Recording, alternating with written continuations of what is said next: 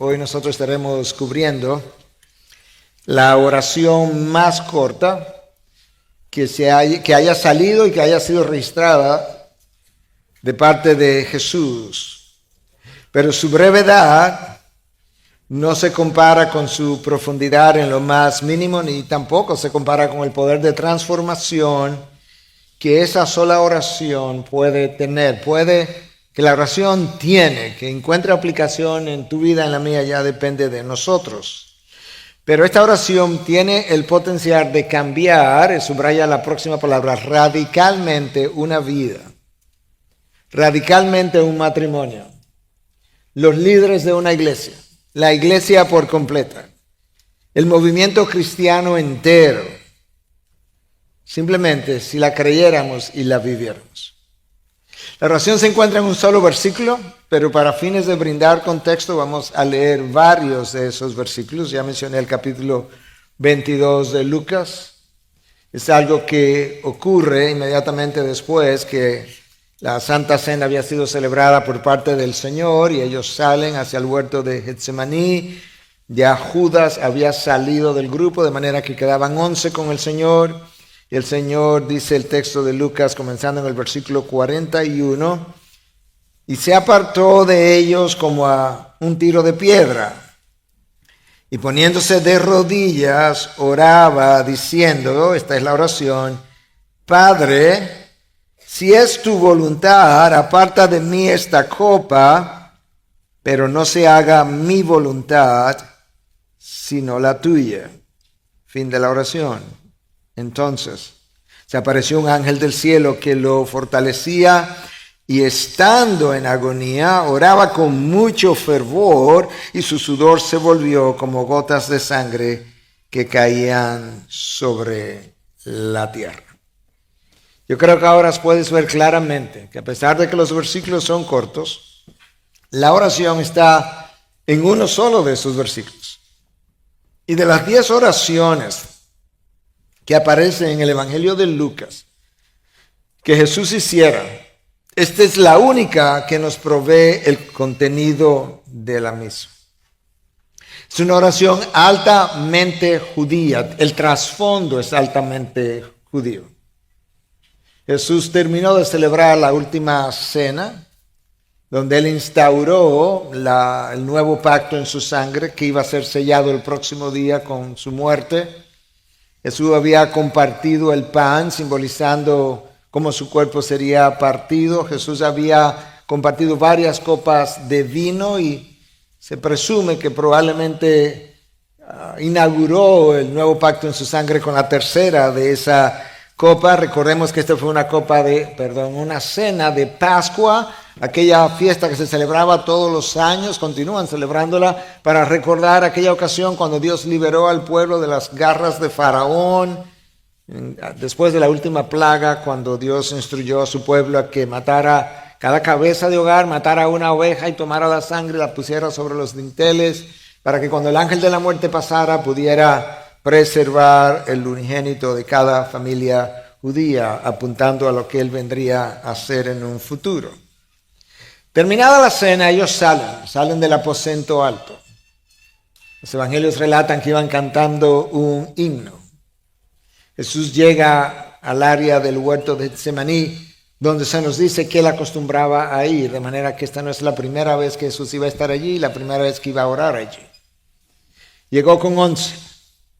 En algún momento, no se nos dice exactamente cuándo tampoco, Jesús deja a 8 de ellos en un lugar, avanza un poco más con 3, los 3 que usualmente le acompañaron en momentos cruciales, como el Monte de la Transfiguración, Pedro, Juan, Jacobo. Pero llega un momento, y ahí es donde nuestro relato comienza, donde él se aparta un poco más, como a un tiro de piedra, en otras palabras, no muy lejos. Y ahí él se arrodilla. La costumbre, la tradición entre los judíos era orar de pie. Orar de pie con las manos levantadas en señal de que, Señor, lo que tú envíes yo recibo. Pero en ocasiones especiales y de tribulación y de dificultad y de luchas, de guerras incluso, algunos de los líderes supieron orar de rodillas. Lo vimos la semana pasada cuando Salomón inauguró el nuevo templo. Como él comenzó orando de pie, pero al terminar la oración, dice que Salomón estaba de rodillas y entonces se paró. Daniel supo orar de rodillas 3 veces al día y otros también lo hicieron. Este es un momento crucial. Este es un momento de definición para Jesús. La oración misma nos deja ver que es un momento de definición. Él está a minutos quizás de ser apresado en el huerto, a horas de ser crucificado en un madero. Y esta oración es simple en contenido, en entendimiento, en lenguaje llano, es profunda en sabiduría. Tú puedes ver la manifestación de la humanidad de Jesús. Está tribulando, está con cierto grado de temor. Y al mismo tiempo tú puedes ver la claridad de su visión y de su misión. Cuando tú lees esta oración, quiero que entiendas, Jesús no está tratando de cambiar la voluntad del Padre, no. Él dijo a lo largo de su ministerio que Él había venido no para hacer su voluntad, sino la voluntad de aquel que le envió. Tú lees eso en Juan 4:34, tú lees eso en 6:38 y en 8:29 del mismo Evangelio. Su misión consistió en hacer la voluntad del Padre. Su misión lo consumió. Tú puedes ver eso en el encuentro que él tuvo con la mujer samaritana.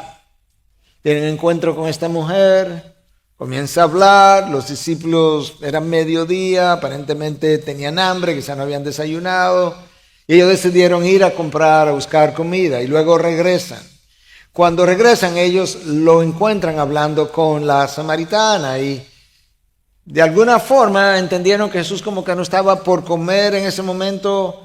No mostró mucho interés e insistían en que comiera. Maestro, no comes, no vas a comer. Y es en ese momento que Juan registra en 4:34 que Cristo dijo, mi comida es hacer la voluntad del que me envió y llevar a cabo su obra. Tú y yo sabemos que la comida es vital para sobrevivir. De manera que Cristo no está diciendo que Él no iba a comer o que Él no acostumbra a comer y que lo único que Él necesita es la voluntad del Padre. Pero está dejándonos ver que para Él hacer la voluntad del Padre es tan crucial para la sobrevivencia en medio de su misión como la comida es para ti y para mí. Y si la voluntad de Dios es tan crucial o fue tan crucial para el Hijo de Dios a su paso por la tierra cuando vino y se hizo hombre, no puede ser menos para nosotros. Recuerda que esta oración que Jesús hizo en el Getsemaní, Él la dirige a la cabeza de la Trinidad y lo hace llamándole Padre. Eso está introduciendo un nuevo concepto a todo el mundo hebreo, al mundo judío. Nadie se dirigía a Dios personalmente llamándole Padre. Esto es una invitación a que nosotros podamos orar de la misma manera, como nos enseñó en la oración del Padre Nuestro, de tal forma que pudiéramos tener confianza en acercarnos al trono de la gracia como un hijo se acerca a su padre. Al mismo tiempo, cuando tú lees esa oración con detenimiento y la lees otra vez y la lees otra vez, inmediatamente te percatas que hay en Cristo, como hombre, representando al hombre, se da la misma lucha que se ha dado en ti en términos de hay una voluntad humana y hay una voluntad divina.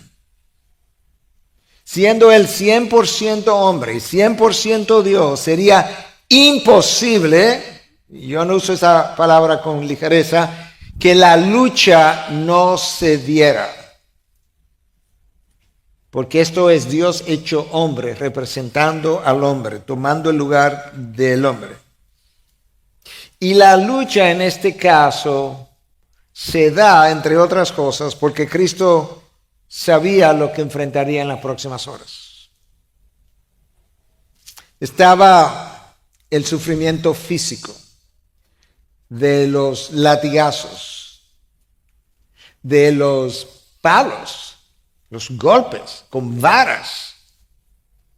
Estaban los clavos, Estaba el sufrimiento de una espalda que iba a ser lacerada y luego una capa tirada sobre él y luego como tiraban de su capa, lo cual debió haber producido dolor profundo en esas llagas. Estaba delante del sufrimiento emocional, de la burla, la traición de aquel a quien él acababa de lavarle los pies. La negación de Pedro, la cabeza del grupo, en manos de quien quedaría la iglesia. Quedaría el dolor de la realidad humana, de cómo sus más cercanos amigos fueron capaces de abandonarlos en el momento más crucial de su vida, y luego la pobreza espiritual del ser humano, al darse cuenta de lo que cada uno de nosotros es capaz de hacer cuando se trata de salvar nuestro propio pellejo. Pero peor aún, estaba el sufrimiento espiritual delante de él. Él estaba a punto de enfrentar lo peor que algún ser humano pudiera enfrentar por una humanidad en la que no habría nunca una sola persona que mereciera tal sacrificio. Jamás habría alguien que valiera la pena, por así decirlo, que el Hijo de Dios pasara por tal odisea y que Él tuviera que hacerlo para llevarlo a cabo.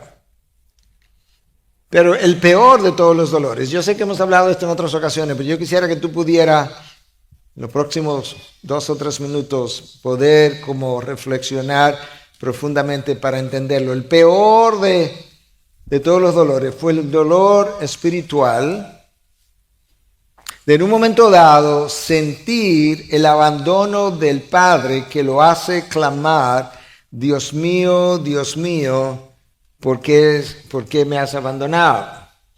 Porque lo que Jesús sintió de manera real es el dolor que experimentará todo el mundo cuando entre al infierno y encuentre que allí no hay la más mínima expresión de lo que es la presencia de Dios, excepto que allí será eternamente. La razón por la que Jesús tiene que pasar por esa experiencia es porque esa experiencia es lo que a mí me tocaba sentir, experimentar como parte de mi juicio, y si Él me iba a liberar de la experiencia, tenía Él que pasarla en mi lugar. La lucha fue real entre la voluntad humana y la voluntad divina. Esa es la razón que explica la pregunta de si hay otro camino para redimir la humanidad entera. La decisión final fue igualmente real. Jesús nunca cuestionó la voluntad de Dios. Esto no es un cuestionamiento, esto es una pregunta. Si dentro de los planes del Padre en este momento dado y dada su humanidad, está pensando con su mente humana, dada su humanidad, hay algo que todavía esté dentro de tu voluntad que pudiera llevar a cabo este plan. Cristo sabía que no estaba tratando, que no iba a cambiar la voluntad de Dios, que es siempre santa, que es justa sin medida, buena de principio a fin, y que es agradable cuando tú la recibes con sumisión. Es agradable, condicionante, cuando la recibes con sumisión. De ahí que Él, entendiendo que Él no está tratando de cambiar la voluntad del Padre, queda claro cuando Él dice: pero que se haga tu voluntad y no la mía. Ahora déjame hacer un ejercicio contigo, porque yo lo hice ayer.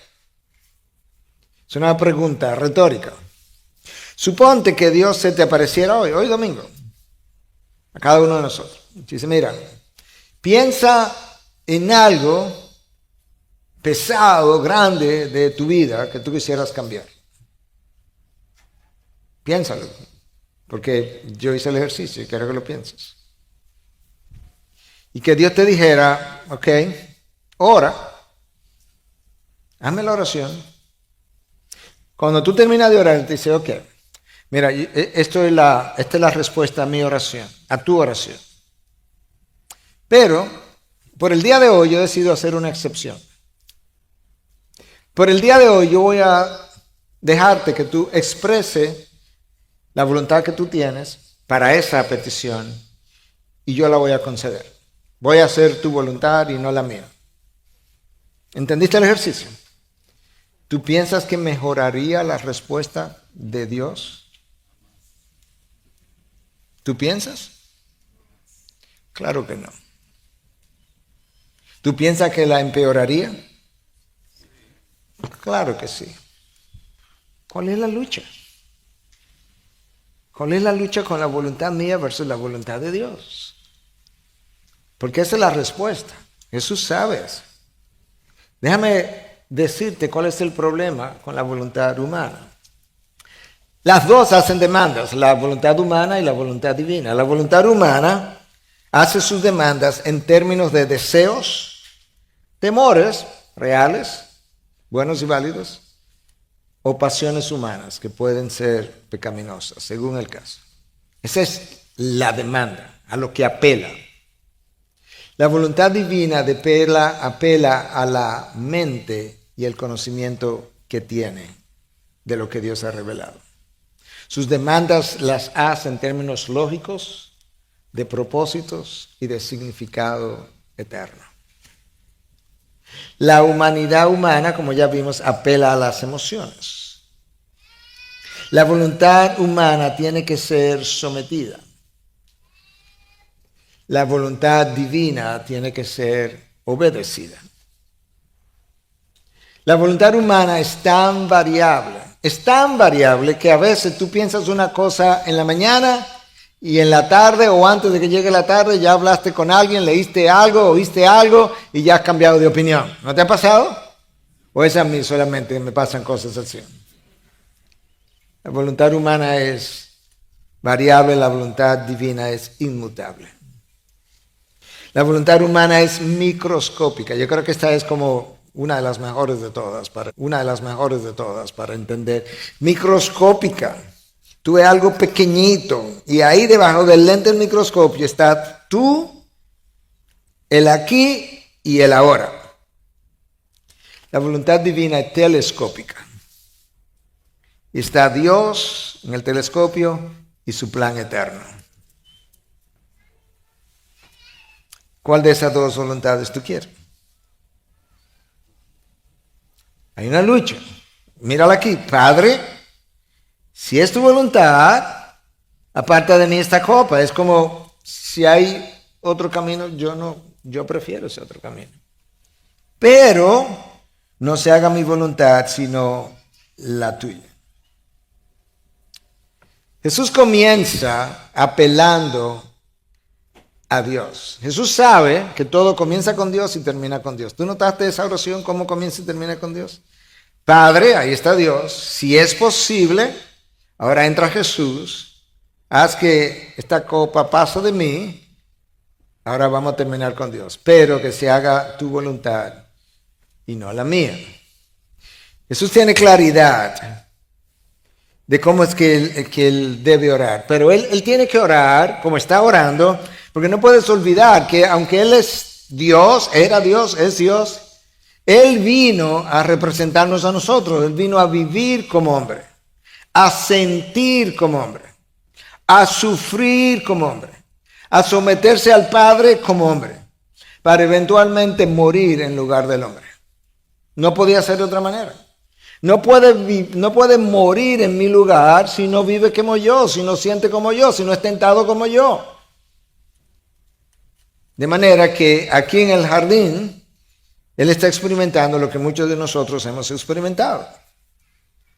Y cuando murió, Él experimentó una muerte física y un tipo de muerte espiritual. Digo un tipo porque el Espíritu de Jesús no murió, pero cuando Dios Padre le hizo sentir el abandono en la cruz, que aplastó al Hijo hasta el punto de clamar, Padre, Dios mío, ¿por qué me has abandonado? Eso no fue poético, eso no fue como un grito de dolor que Jesús no lo pensó bien. No, esto fue real. Cristo nunca habló de manera emocionalista. Esa es la muerte espiritual del que termina en el infierno. Y Lucas, que es quien mejor registra de los 4 evangelios las emociones humanas y experiencias humanas de Jesús, nos dice, porque era médico quizás, esa es la especulación de que por eso lo hizo, dice que él estaba en gran agonía. Tan severa la agonía que Lucas describe un fenómeno conocido como hematidrosis, que es cuando bajo presiones intensas emocionales y físicas de estrés, hay hemorragias en las glándulas sudoríparas. Y Cristo está bajo tanta presión y dolor emocional que dice que así sudó. Pero Lucas es cuidadoso en registrar cuando dice que él estaba en agonía y oraba con gran fervor. La agonía es representativa de las emociones humanas. Y la oración con gran fervor habla de la cercanía de la experiencia, la intensidad de lo que viene, la realidad de lo inevitable. Escucha a Juan Calvino ayudándonos a entender qué era lo que estaba pasando en ese momento. Su horror, nota cómo Calvino describe lo que Cristo siente en Getsemaní. Su horror no fue simplemente como el temor del que muere y pasa de este mundo al siguiente, sino por lo que él tenía delante de sus ojos, como hombre, recuerda, que no era menos que el tribunal terrible de Dios y al juez mismo cargado con venganza inconcebible. Fue la carga de nuestros pecados que él había asumido. Y fue el peso de esa enorme masa, como de esa enorme masa de pecado, que lo atormentó gravemente con temor y angustia. Y el original dice algo así como que terminó casi aplastándolo. Ahora, tú lees eso y tú piensas que eso es como un lenguaje poético, difícil de entender de parte de Calvino, el peso de la ira de Dios. No, es que eso es como es descrito en la palabra de Dios. ¿Cuál ira? ¿De cuál ira que estamos hablando? Déjame preguntarte retóricamente, ¿alguna vez tú has hecho algo mal hecho, transgrediste un límite o hiciste algo inmoral? ¿Más de una vez? O nada más a mí que me pasan cosas como esas. ¿Alguna vez te sentiste cargado de culpa, como apretado? ¿Una vez? Multiplica eso por billones de personas, billones de veces, pero sentido por Cristo. Ese es el peso. Porque Él estuvo ahí para cargar con ese peso. ¿Cuál es el peso de esa ira? Bueno, la ira de Dios contra cada aborto que se ha cometido, contra quien lo hizo, quien lo practicó, quien llevó a la mujer a eso, contra cada violación sexual, contra cada homicidio, contra cada acto de pornografía, contra cada violación de su diseño en el matrimonio o en cualquier otro sitio. Contra cada hombre o mujer que ha suprimido su verdad enseñando su no existencia. Contra cada persona que ha pervertido y sigue pervirtiendo la mente de nuestros niños y jóvenes con esta nueva ideología de género. Contra cada juez sobornado y el sobornador que aún el Ministerio Público se pronunció contra esa situación en las últimas horas. Contra cada persona que consume drogas, contra cada persona que vende drogas. Contra cada persona que ha mentido y se ha alineado con Satanás y no con él. ¿Tú has estado ahí? El peso de ese pecado, el peso de la ira de Dios contra ese pecado es la que Cristo toma. Y esa lista se puede hacer interminable, pero es ese peso la que prácticamente hizo aplastar a Cristo y lo hizo clamar. A eso que Calvino se refiere. No fue simbólico, fue real. Y si no hubiese sido real, no hubiese sido suficiente para evitarnos el infierno.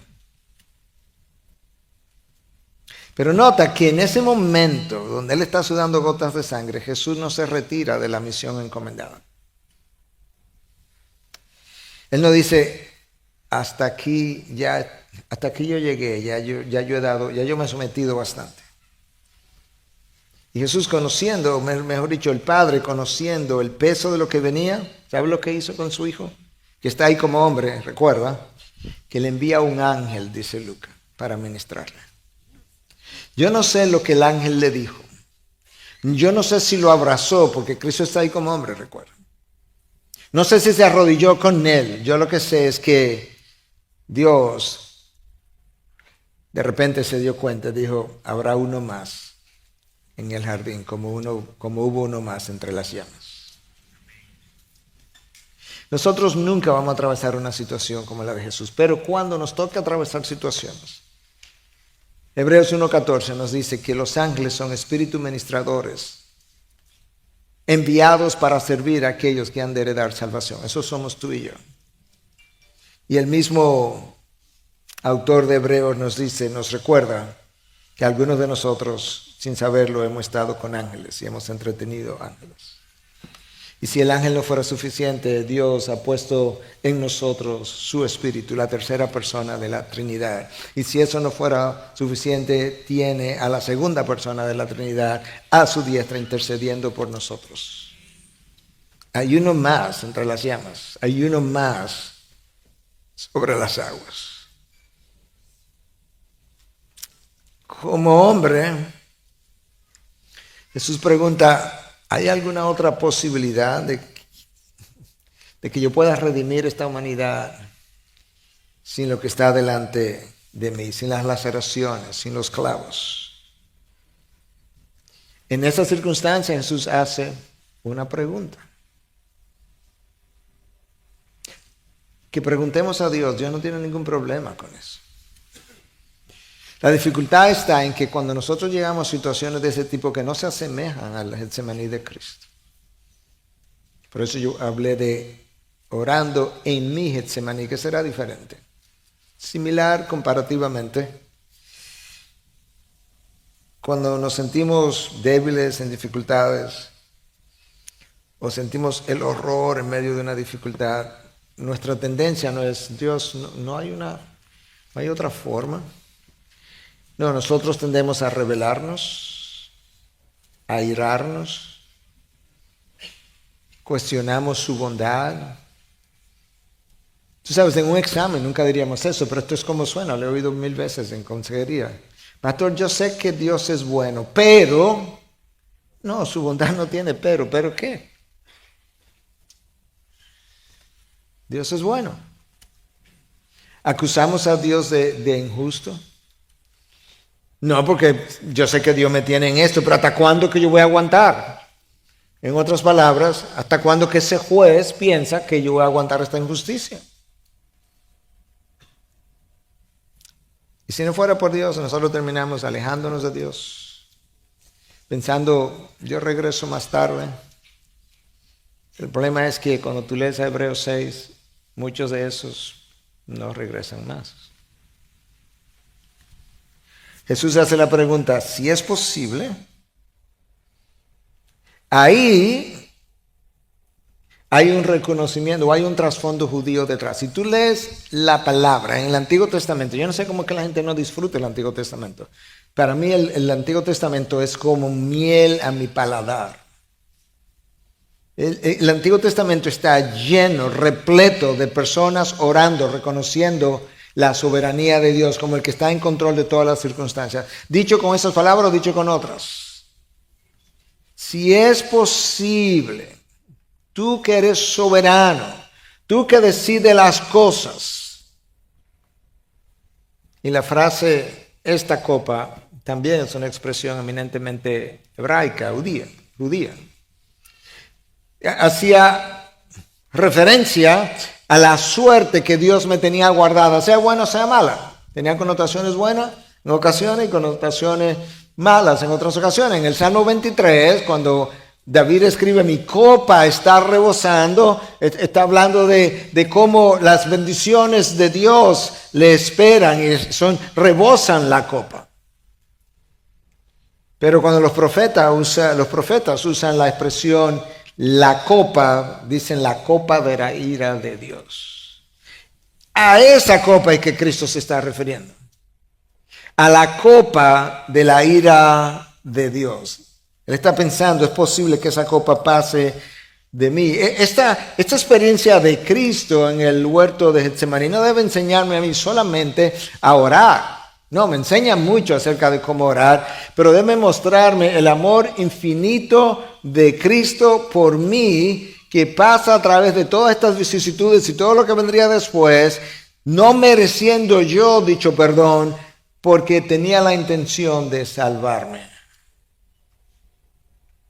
Getsemaní y la cruz deben convencerme de por siempre de que la única manera como yo le puedo servir a Dios es entregado a Él por el amor tan grande e infinito que me ha mostrado.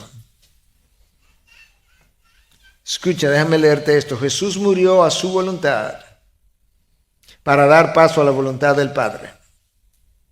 Para eventualmente venir y cambiar tu voluntad y la mía, pecaminosa y rebelde, por una voluntad sometida y santa. Jesús renunció a su propia voluntad para dar paso a la voluntad del Padre, para venir y en el tiempo cambiar tu voluntad rebelde, pecaminosa, a una voluntad sometida y santa.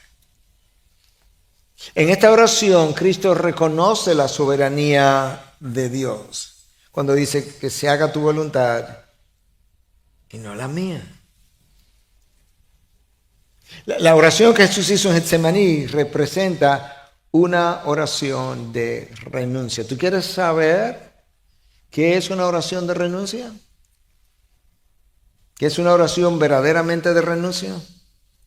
Es una oración donde tú consideras aquello que tú más quisiera evitar, más quisiera tener, y dice hoy, habiendo entendido que las cosas ocurren conforme a tu propósito eterno, yo renuncio a esto.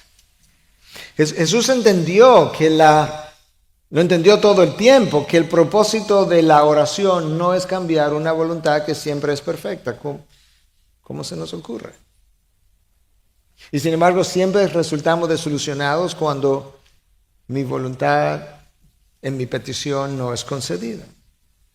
Entonces, ¿qué es la oración? Bueno, la oración es un ejercicio espiritual para yo ser dirigido.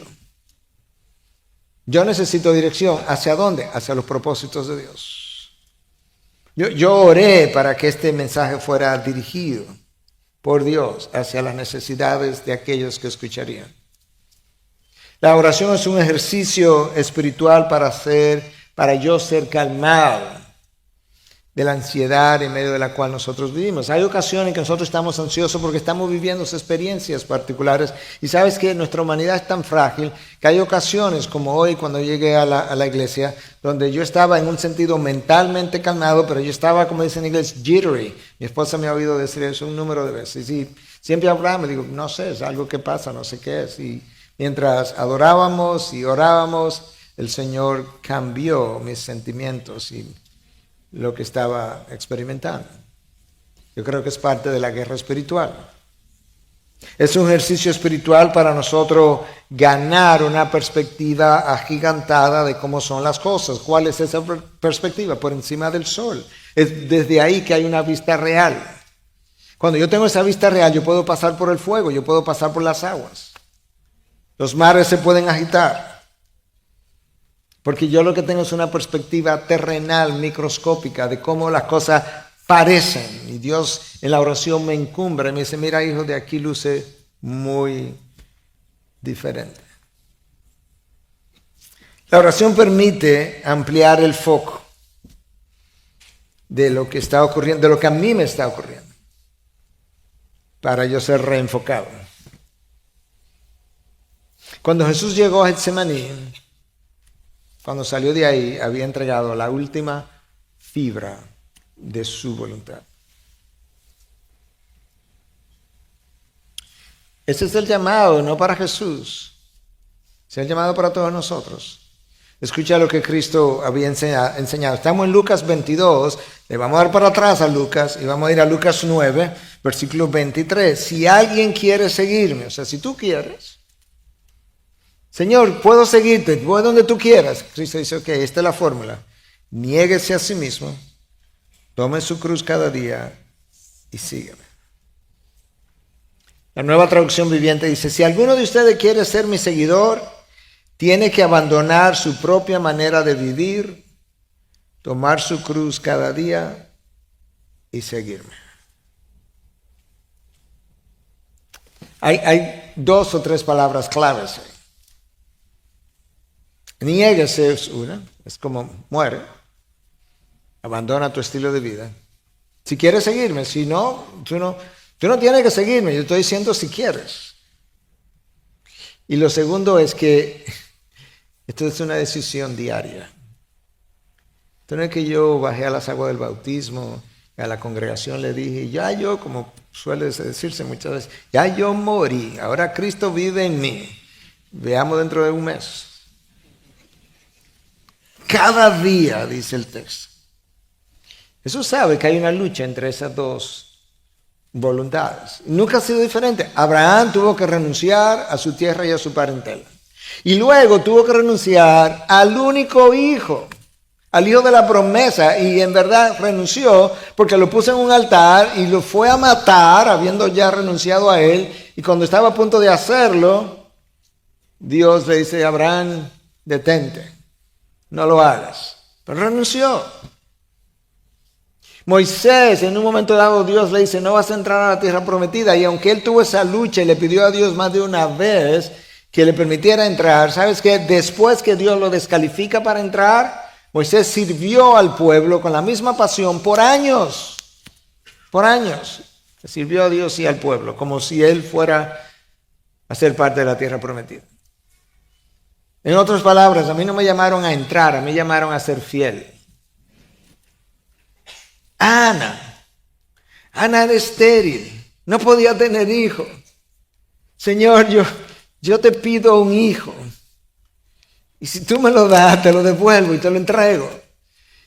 Y Dios le da a Samuel, su único hijo. Y cuando ella ya había terminado de amamantarlo, fue y se lo entregó al sumo sacerdote, a Elí, y le dijo, mira, para que tú lo eduques y crezca contigo. Se despegó, renunció a su hijo. Su único hijo.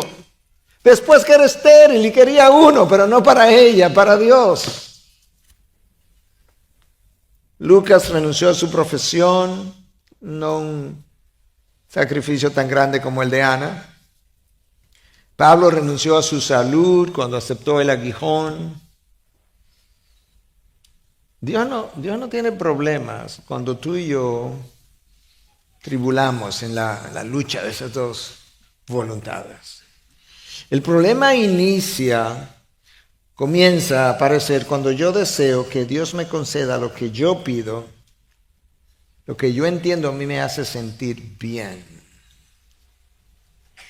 En vez de yo pedirle a Dios que permita que ocurra aquella cosa que Él entiende traerá el mejor bien. Ahí es donde los problemas comienzan. Y que eso frecuentemente no es lo que yo entiendo que sería lo mejor. Si analizamos nuestras vidas, nosotros vivimos para sentir bien. Es que no me siento bien, no estoy hablando físicamente, sino esto no me gusta, que no me hace sentir bien. Pero Dios nos creó, Dios nos trajo a la vida para llenarnos de propósito, de sentido y de significado. No tanto para sentir. Pero cuando yo decido vivir el propósito para el cual yo fui creado, Dios me llena entonces de sentimientos de gozo. Cuando yo hago su propósito a su manera, en su tiempo, sentimientos de gozo y sentimientos y emociones sentidas, ¿verdad? Como yo jamás la hubiese pensado. Esa es la promesa que el salmista escribe: en tu presencia hay plenitud de gozo y delicia para siempre. Y nosotros tomamos eso: ay, estoy loco por llegar al cielo para encontrar plenitud de gozo y delicias a su diestra. No, aquí abajo también hay un sentido de la presencia de Dios donde puede haber plenitud de gozo y donde puede haber delicias para siempre. Hay un sentido de la presencia de Dios donde puede haber plenitud de gozo y donde puede haber delicias para siempre. Hay un sentido de la presencia de Dios donde puede haber plenitud de gozo y donde puede haber delicias para siempre, junto con sinsabores de esta vida. Junto con sinsabores de esta vida. Junto con sinsabores de esta vida. Pero el ser humano y aún el creyente que vive esa lucha continua entre las dos voluntades, tiene que entender que esa lucha tiene que perecer. Y si no puede perecer un día, que no es así, no es un día que perece, entonces tú tienes que hacerla perecer todos los días. Cuando te levantas: Señor, en este día yo vuelvo y me niego a mí mismo, como tú enseñaste, porque yo quiero seguirte hoy también. Y este día que se haga tu voluntad y no la mía, todas las mañanas. Lamentablemente nosotros tendemos a funcionar de esta forma. Tengo una dificultad o tengo lo que sea que decidir y me someto. Cuando me someto, supongamos que el sacrificio, la espera ya ha sido larga, entonces pensamos: algún mérito ya yo tengo de este lado.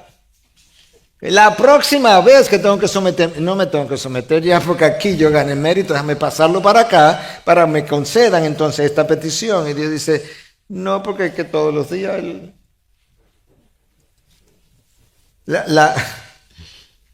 la ley del juego era todos los días.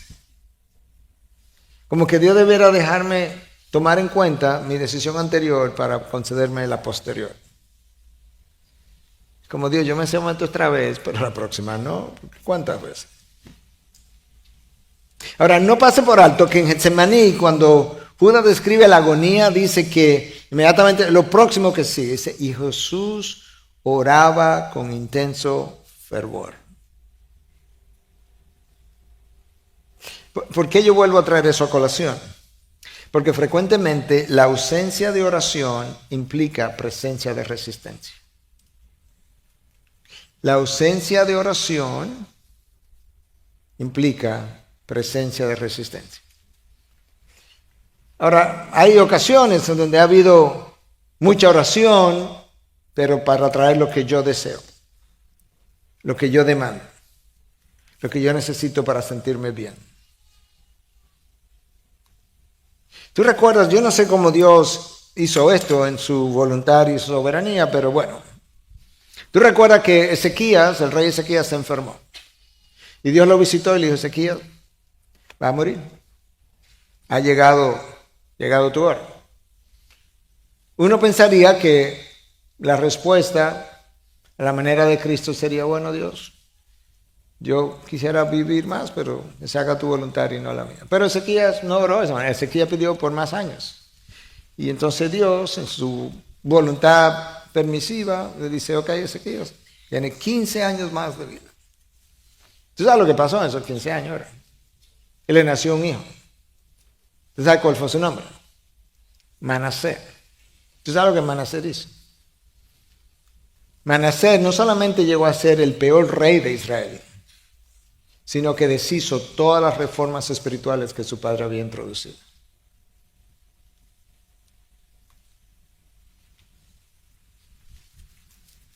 Y escuchando esta semana un clip solamente de H.B. Charles, es un pastor joven todavía, en Atlanta.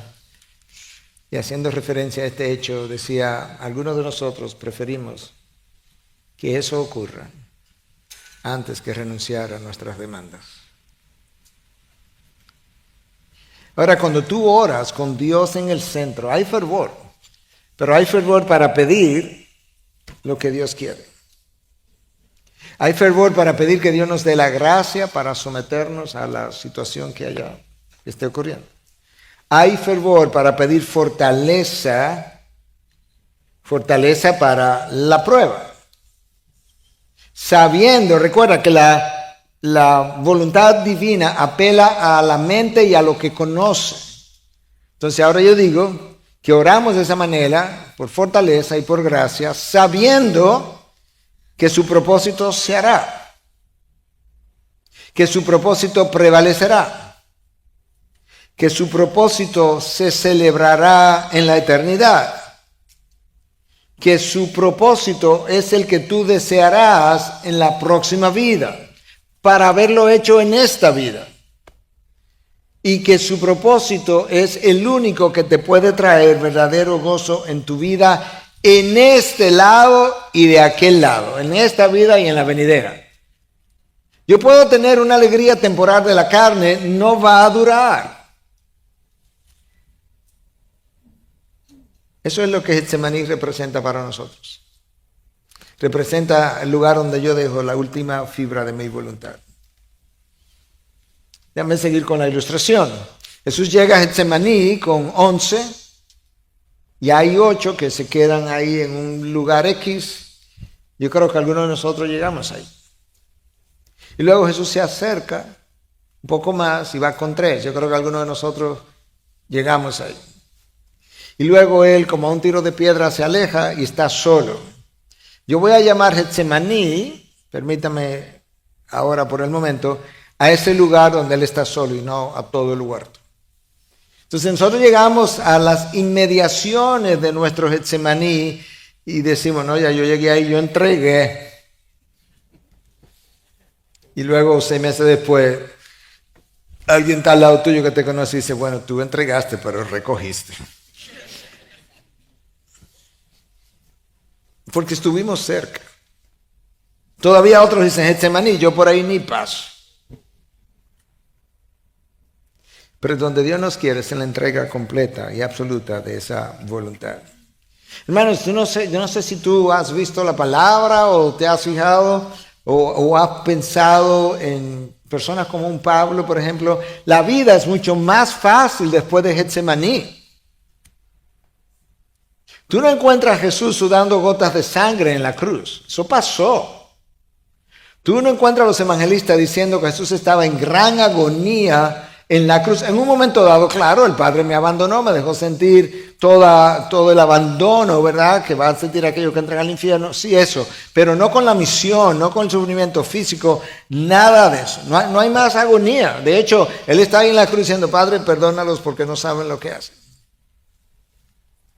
Una vez nosotros entregamos esa última fibra, no tengo que seguir luchando. Tengo que seguir peleando por lo mismo. Las gotas de sangre se acabaron. Tú no escuchas a Jesús en la cruz diciendo, Padre, si te es posible, bájame de este madero. Esa lucha acabó. No, al contrario, tú encuentras cuando estos burladores están ahí diciendo, si tú eres el Hijo de Dios, bájate de la cruz. Él dice, sí. Yo tengo legiones de ángeles que pueden bajarme de aquí. Yo no estoy aquí para hacer mi voluntad. Yo no estoy aquí para sentirme bien. Yo estoy aquí para morir. Para eso yo vine. Yo estoy en el proceso, derramando sangre para limpiar gente, para salvar gente. Y esta es la hora de mi glorificación, así le llamó Jesús. Getsemaní es un lugar de muerte. Huele a muerte, la muerte del yo. Hasta que yo no atraviese Getsemaní, yo no sé orar. Es cuando yo verdaderamente puedo comenzar a orar. ¿Tú recuerdas lo que Cristo dijo en Juan 12:24? En verdad les digo que si el grano de trigo no cae en tierra y muere, se queda solo. Pero si muere, produce mucho fruto. Eso se aplica mayormente, pero no exclusivamente a su persona. Él es el grano de trigo, le está hablando de su muerte, él tiene que morir, pues si él no muere no va a haber fructificación. Bueno, Cristo también nos está diciendo a nosotros, tú sabes que tú eres como ese grano de trigo, tú tienes que morir, y si no mueres tampoco va a haber fructificación, porque no puedo fructificar en un grano vivo, donde yo no puedo vivir y hacer mi obra. Entonces, ¿qué es lo que pasa en Getsemaní, donde yo aprendo a orar mejor? Es que en Getsemaní yo entrego mi orgullo. Yo entrego mi autosuficiencia. Yo entrego la autojusticia. Nuestros temores al futuro, al que vendrá. Yo no sé. No, tú no sabes ni yo tampoco. A nuestras inseguridades, a nuestra defensa, nuestras pasiones, nuestras quejas. Hermano, de la forma más pastoralmente posible. ¿Y tú sabes qué? Si me encuentras en esta práctica mañana, por favor ven y dime, déjame darte una dosis de tu propia medicina. Nuestras quejas representan la falta de aceptación de la voluntad divina para nosotros. Eso es como es. Si uno de ustedes se para y me dice, pastor, ¿cómo usted sabe que es la voluntad de Dios que yo esté aquí? Porque tú estás aquí. Si yo te hubiese querido dejar en la casa, te deja en la casa, segurito. No tiene limitaciones. Las circunstancias que nos ocurren en el día a día, las orquestó Dios. Es las cosas mínimas. Pero nosotros somos así, mira, pasamos un tiempo, estoy asumiendo que el tiempo de adoración que a mí me ministró mucho, y sobre todo en el primer servicio donde no llegué sintiéndome tan bien y donde Dios me ministró y me fortaleció, tenemos un servicio espectacular y luego terminamos, tú sabes, con gran alegría y regocijo. Entonces salimos de la iglesia y ahí en la esquina, ¡pam!, un accidente de carro. Y ahora venimos nosotros y salimos del carro. ¡Ah! ¿Tú sabes lo que es eso? Yo tan contento que salí de la iglesia y mira cómo me perturbaron la paz. Yo no lo puedo creer. Entonces, es como que uno fue a la iglesia, nada. Y Dios diciendo, mi hijo, mi hija, yo te iba a la iglesia para darte ese tiempo, para que cuando tuvieras el accidente tuvieras otra actitud y tuvieras más tranquilo, tranquila, y tuvieras en paz, y tú me dieras gracias, que no te moriste, que no te heriste. Yo te preparé. ¿Te das cuenta cómo somos? Hermanos, créeme, yo me digo esto a mí mismo con cierta regularidad. Quejarnos no solamente es un mal testimonio, agrava mi situación, revela la rebelión, revela con vez corta, la rebelión con B larga, contra algo que Dios dispuso en ese día, para mi vida. Hasta que no renuncie a mi voluntad, siempre viviré insatisfecho y quejándome. Claro que yo he hecho esto. ¿Sabes qué? Seguro lo voy a volver a hacer. Ven y háblame verdad a mi alma. Y ayúdame, te lo voy a agradecer. Hasta que no renuncie a mi voluntad, siempre voy a pensar que la grama del vecino es más verde que la mía. Pero resulta que de aquel lado está un vecino viendo para la tuya y diciendo la misma cosa. Es una expresión muy norteamericana. Mira, yo creo que la mayoría de los cristianos, si mayoría es 50 más 1, pienso que la mayoría, yo creo que viven de esta manera. Yo tengo que escoger entre hacer mi voluntad y ser feliz, o hacer la voluntad de Dios, resignarme y ser infeliz. De verdad que yo lo creo. Cuando en realidad es todo lo opuesto. Yo tengo que escoger entre hacer mi voluntad y ser infeliz y luchar toda la vida, o hacer la voluntad de Dios y ser feliz y estar en paz.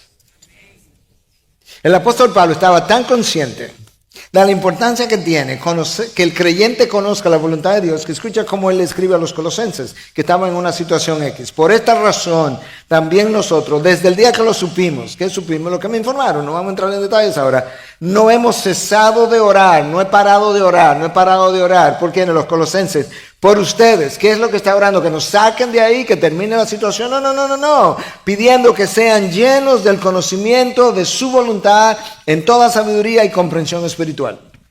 Yo lo que quiero es que en medio de esta dificultad, de esta prueba, ustedes sepan cuál es la voluntad de Dios. Pablo, ¿a qué me va a llevar? ¿Cuál es la productividad de eso? Él me dice ahí mismo, eso es lo bueno de la palabra, que cuando tú le haces preguntas, ahí mismo te responde muchas veces. No siempre, pero te responde la palabra. ¿Cuál es el beneficio de conocer esa voluntad? Versículo 10, el próximo versículo. ¿Para qué? Incluso me une las dos cosas. Quiero que conozcan la voluntad de Dios para esto. Escucha. Para que anden como es digno del Señor. No puedo obedecerlo si no conozco su voluntad. Haciendo en todo lo que le agrada, dando fruto en toda buena obra y creciendo en el conocimiento de Dios. ¡Wow! Conocer la voluntad de Dios me ayuda en 3 áreas. Número 1, mi santificación. ¿Dónde está eso? Para que anden como es digno del Señor. Me ayuda en mi fructificación, dando fruto en toda buena obra. Me ayuda en mi crecimiento del conocimiento de Él y creciendo en el conocimiento de Dios. Déjame leértelo al revés. Cuando no estoy creciendo en santificación, cuando no estoy dando fruto, cuando lo que aprendí acerca de Dios lo aprendí hace 5 años o 10 años, es porque ni estoy lleno de la voluntad de Dios, estoy viviendo fuera de la voluntad de Dios y por tanto no conozco la voluntad de Dios y no puedo conocer más de Dios sin conocer ni siquiera su voluntad. El no conocer la voluntad de Dios no es cosa pequeña en la palabra. Escucha cómo Pablo le escribe a los Efesios en 5:17. Así pues, no sean necios. ¿Cuál es el motivo de la necedad? Sino entiendan cuál es la voluntad del Señor. Déjense de necedad. Yo quise ver cómo el diccionario, cuáles eran los sinónimos, algunos de la palabra insensato, porque esa es la que está ahí. Irresponsable, irreflexivo, disparatado. Pablo está diciendo, no sean irresponsables, no sean irreflexivos. No sean disparatados. ¿Por qué, Pablo? Porque desconocer la voluntad de Dios me coloca en una posición de alto riesgo. El versículo anterior dice, aprovechen bien el tiempo porque los días son malos. No conocer la voluntad de Dios me coloca en una posición de alto riesgo. Déjame leerte esto que ya voy a ir cerrando. Leerte esto que escribí, un parrafito que escribí ayer. Si quieres experimentar victoria en la vida cristiana, no puedes retener